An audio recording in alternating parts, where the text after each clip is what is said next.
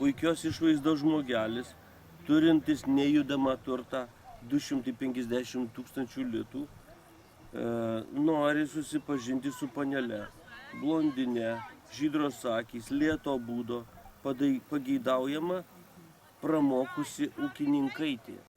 Mamos ieško! Su 10 000 litų grynais pinigų, cenzu nuo 19 iki 30 metų.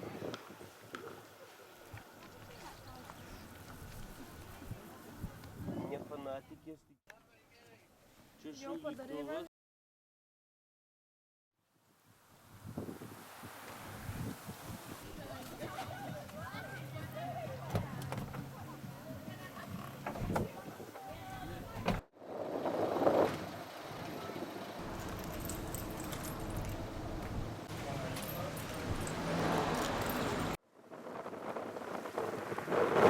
Let's go.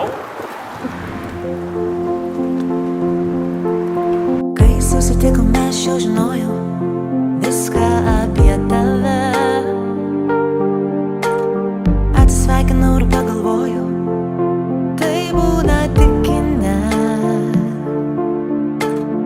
Pagavau save nekvėpuojant, sukasi man galva. Atsibudusi aš išgirdau, skambėtų kaip muzika. Pagalvosim rytoj, dabar kartu pabūkim tyloj. Pripažinkime sau, mums nieko nereikia daugiau. Viskas dabar kitaip, žodžiai, kuriuos sakai, man yra dovana. Ilgai laukta, tu tik paleis save, kriski į muziką, pasitikėk manim, juk ši daina apie tave. Atsibudusi 100 kartų pakartoju, kaip aš tave myliu. Dievinu kiekvieną žingsnį, kai einame mes kartu. Pagalvosim rytoj, dabar kartu svajokim tyloj. Pripažinkime sau, juk niekad nebuvo geriau. Viskas dabar kitaip, žodžiai, kuriuos sakai, man yra dovana. Ilgai laukta, tu tik paleis save, kriski į muziką, pasitikėk manim, juk ši daina apie tave. Apie tave.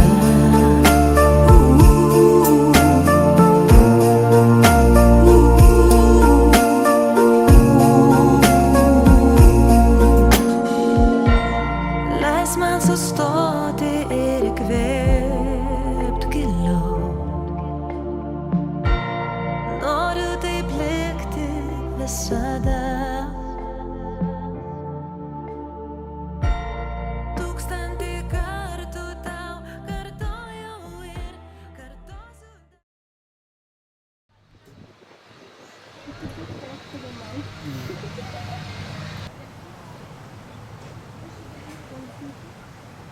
For most of the original buildings here, including this one on my right. This is the President's Lodge. It's the oldest riverside building, dating back to 1461. Now, Marguerite of Anjou, very clever, very strong. But her husband, Henry VI, was not as strong as she, and he lost his throne. His cousin stole it from him. His name was Edward of York, and he became Edward IV. And the new queen was a woman called Elizabeth Woodville, and she became the second queen to benefact this college. And now Elizabeth was a scandalous queen. This is because she was not royal, as she was actually a commoner. She had been named the most beautiful woman in England. The king fell in love, married her in secret, and caused a terrible scandal with France because he was betrothed. But she took it on the chin. She would bear the king 10 children, everyone. But when her husband died, she was betrayed by her brother-in-law, the evil Duke of Gloucester, who murdered her son and stole the throne. He became Richard III, and his wife, Anne Neville, became the third queen to pass through the college as its patron. Now, all three women are credited with founding the college, and it's because of these three queens that the college gets its name, Queen's College. Now we are in King's College, everyone. King's College is even older, dates back to 1441. Henry VI founded it. Now, has everybody on the boat heard of a famous school called Eton? So Eton is famous for being very expensive. It's princes and prime ministers get to go. But in the beginning, it was founded by Henry VI in 1440. You could only go to Eton if you were the poorest boys in England. And a year later, he founded King's. And you could only come to King's if you were a poor boy from Eton College. Now, this was true for 450 years. Only Eton boys were allowed to come to King's. Then in the end of the 1800s, non-Etonian men were allowed. But now anyone can come to King's as long as they're clever enough. If you all look to the right now, you'll see your first view of King's Chapel, a very iconic building here in Cambridge. Now, the chapel had its foundation stone laid in the year 1446 by Henry VI as well. But he was bankrupted by a civil war and he did not finish. He only managed to build 60 feet over the next 15 years. His cousin Edward IV also didn't finish, he wasn't interested. Richard III, he tried but failed. Henry VII was ordered to finish it by his very embarrassed mother, but he died.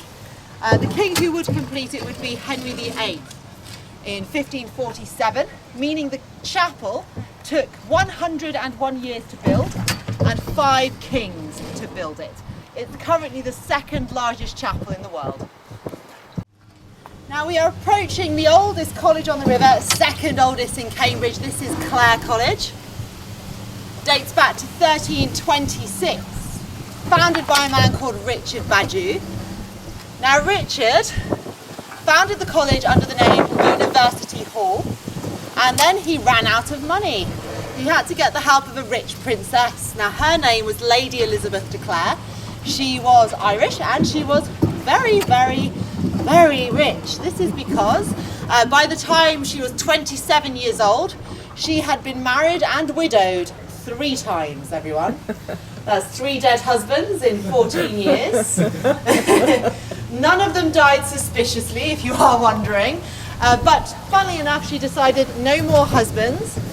And she took over the college instead in 1338, becoming its benefactor. It's renamed Clare College after her. Now, this on your right, or my right, is the only building visible from Trinity Hall. It's the Jerwood Library. This is a new building, 1998. The college is much older. This college dates back to 1350, making it a plague college. A year earlier, the plague had killed 600 local priests and lawyers, and the Bishop of Norwich, William Bateman, founded this college to educate new priests and new lawyers. Now, we are in the territory of the most famous college in England. This is Trinity College. Dates back to 1546. Founded by the famous English king, Henry VIII. It's famous for what we call the Reformation, in which he dissolved the Catholic Church in this country, stole all their land and money, and started his own Church of England, which still runs today. We also know him pretty well because he had 6 wives. He was Christian, it's true. He was only allowed 1 wife at a time, so he had to get rid of the wives. The first was divorced. The second was beheaded for treason.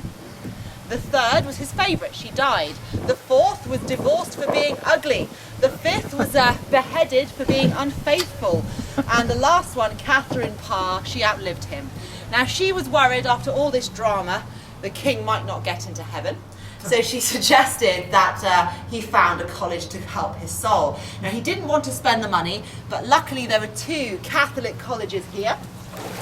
They were called King's Hall and Michael House. He stuck them together. They were, of course, stolen from the Catholic Church. He renamed it Trinity, and then 5 weeks later, he donated masses of land and wealth to the college, all of which he had stolen from the Vatican. And he founded the richest college in the world without spending any money. They own 1.5 billion assets.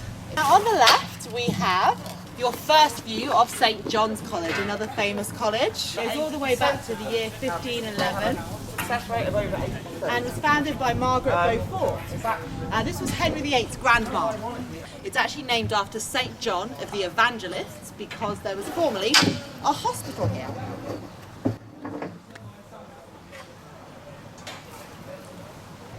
The Bridge of Sighs dates back to 1831. Henry Hutchinson built it. The bridge was originally named the New Bridge, but the story goes that Queen Victoria came to visit. She looked at the new bridge and told everyone present that it looked just like the one in Venice, which of course it doesn't. But nobody wanted to embarrass her, so they just had the most British reaction they could. They agreed and renamed it. So now on our left, everyone, this is Magdalen College. Magdalen College dates back to 1542. It's actually a lot older. Originally founded under the name Monk's Hostel in 1411, renamed later as Buckingham College, and then Henry VIII stole it from the Catholic Church and gave it as a gift to his Lord Chancellor. This was a man called Thomas Audley. So welcome to Quayside. This is the oldest part of the city. This dates back to the Romans. The Romans arrived in the year 72 AD. They stayed for 450 years. This was the last water crossing before the sea during the Roman era. Now, the bridge straight ahead is called Magdalen Bridge. It dates back to 1823. Arthur Brown built it. It's an early example of an iron bridge, but it would be the Anglo-Saxons who put the first bridge in this location. Now, it was the 8th century. That bridge was made of wood, and they named it, of course, it was called Granta Brygga. And then over the next few hundred years, the pronunciation of Granta Brygga simply evolved. It went from Granta Brygga to Cantabrygga. Cantabrygga became Cambrygga, and then Cambrygga became Cambridge. And so this is where the city got its name. Now this very modern building, straight ahead on the right, might surprise you to learn, is protected. It's a listed building. Dates back to 1965. It's called the Crypt Building, designed by two men, Powell and Moyer. And the reason it's protected, everyone, is because this is one of the earliest examples of a building designed using a computer. The system they used was called CAD, which some of you may even use today. Stands for Computer Aided Design. This is student accommodation, everyone. Famously one of the most comfortable at Cambridge, at part of St. John's. The top floors are faculty apartments, as I'm told. Now, originally the building was finished in the 70s and opened by alumni of Cambridge. The heir to our throne, Prince Charles, opened this building. Now, even as a young man, Prince Charles was already famous for not liking modern buildings. And there's a rumour which might have made it into the news, that he snipped the ribbon, he forgot his microphone was turned on, and as loud as he could, he said, "I now declare the car park open." Now the next bridge is called Kitchen Bridge. It's part of St. John's. It is the second Christopher Wren structure on the river, designed by Christopher Wren but built by Robert Grumbold. Now the portcullis and the rows are Tudor. These animals you see sitting on the columns on my left, these are mythical creatures. They're called Yales. You'll see them everywhere in Cambridge. They protect the royal family. There's also a reminder of our Roman roots with Neptune in between the arches. Now, FYI, this is the lowest bridge on the river. We call it Concussion Bridge. Now, over my right shoulder, this building behind me is called New Court. We're going to circle it now. New Court dates back to 1831. It is nicknamed the Wedding Cake because of its shape, built by Henry Hutchinson. And this is, believe it or not, student accommodation. Students live in this building. Now, if you want to live in there, you'd better be studying hard, because if you get the highest exam results at the end of your first year, you get to live there in your second.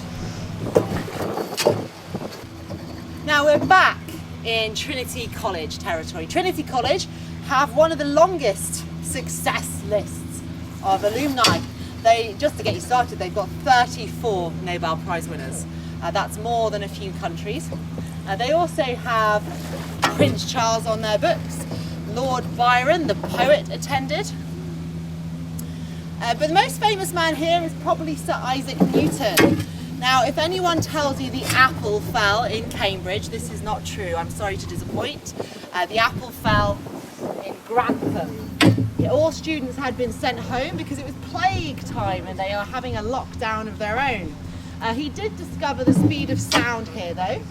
In the cellar of this building, he went in armed with a pendulum. He stamped his foot. He waited for the echo to bounce back. And with the pendulum, he was able to calculate how fast sound moved. So really simple experiment. We did test his results with modern technology. He was very close. So very clever man. He was more famous though for being the most boring man in the city. This is true. He was so particular about his schedule that if he had a lecture booked and no student showed up, he was known to hold it to the empty room. The next bridge is the newest one on the water. This one dates back to 1965, or 60, excuse me. It was built by Timothy Morgan. It's called the Garrett Hostel Bridge. He won a prize for the design. This, by the way, is the only public footpath over the river. All the other footpaths on the river are private property and you need college permission to cross. But if you're looking for a nice walk, head to this street. It is a nice circular. Now the bridge straight ahead of us is the oldest bridge on the river. This one dates back to 1638. It's called Clare Bridge, built by Thomas Grumbold. Now if you look at the arch on the right hand side, you can see it's a funny shape. It's a bit squashed and the keystone is not hanging central. This is because of a famous 17th century politician called Oliver Cromwell. Now Oliver Cromwell is known for the English Civil War. He went up against the King, Charles I, and he set up his headquarters during that war right here at the university. And he took to rolling a giant cannon over this bridge every day. The cannon was so heavy that it caused the bridge to buckle, and that's why the arch is now squashed. Lincolnshire limestone.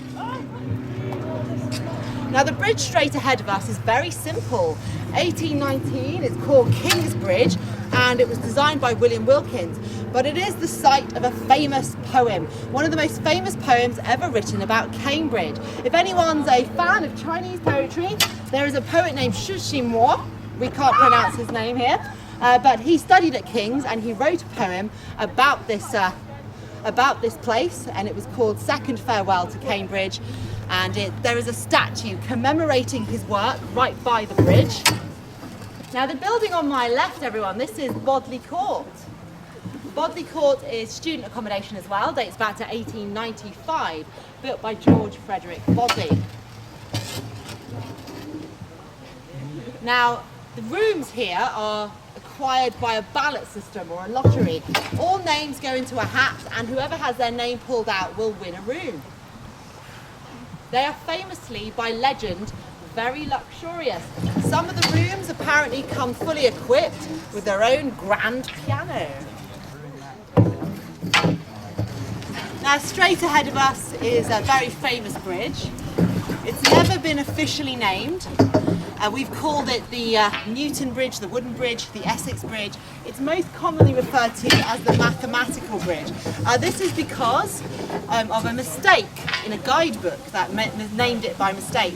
It was originally built in 1747 by James Essex out of oak, then rebuilt in 1904 by William Sindel out of teak. Now if you look, you can see all the wooden beams are straight. There are no curved beams on the bridge, but there still manages to be a perfect circle underneath. This is called a tangent and radial system. If anyone tells you Isaac Newton designed it, well, this is a lie, everyone. I'm really sorry to disappoint. Isaac Newton had been dead for 20 years. And there is a legend about the bridge which says you can take out all the nuts and bolts and the bridge will stay standing. I can confirm this to be nonsense as well. So there are a few traditions on the river. And I have just lost the pole for the 35th time in my career. And so we are going to go back because I have a paddle.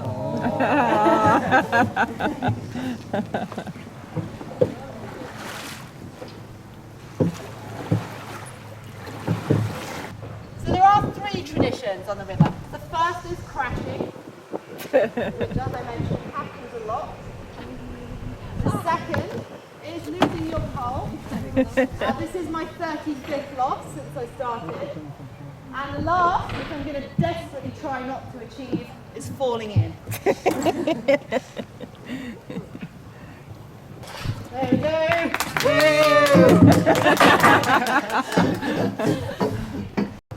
Now the next bridge is the second newest on the river. This one dates back to 1958. It's called Silver Street Bridge, built by Edwin Lutyens. He designed it, but it was not erected for another 14 years after his death. They name it Silver Street because they believe there was once a mint on the street. They were making coins here. And so guys, we are back at the beginning to Mill Pond, having come full circle. Parai?